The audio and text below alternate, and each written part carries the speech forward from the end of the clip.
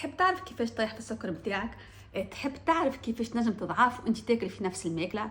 انا امنه بن جمعه، مانيش مختصه في التغذيه ومانيش طبيبه، لكن قريت الكتاب هذا باش نحكي لكم عليه.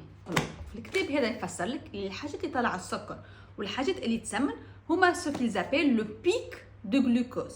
الكتاب هذا تفسر لك كيفاش تنجم تنقص من بيك دو غلوكوز. النصيحه عدد واحد هو انك تاكل ماكله تاكلها حسب نظام معين. تبدا بالخضر ولازم ديما عندك خضره في صحنك، وبعديك تمشي للبروتين والغريس، وتتعدى بعديك الفيكولون اللي بما فيها الخبز والمقرونه. وكان عندك حاجه حلوه تكمل بها فطورك. يلزمك ديما اول حاجه تاكلها في فطورك هي الخضره، لازمش تكون مرحيه باش الخضره تبدا فيها الفيبر باش تخلي السكر ما يمشيش طول الدم. لكن انت ماشي للريستورون ولا عند عباد وماكش متاكد اليوم عندهم خضره، كول في الدار صحن خضره، عندك ساعتين تنجم معناها بين الكليت الخضره والماكله اللي بعدها. السكر هو سكر مهما كان المصدر نتاعو، اسبيرتام، تمر، عسل، عنده نفس التاثير على البدن. انت اشتهيت حاجه حلوه تحب تاكلها، كولها ديما في اخر الفطور.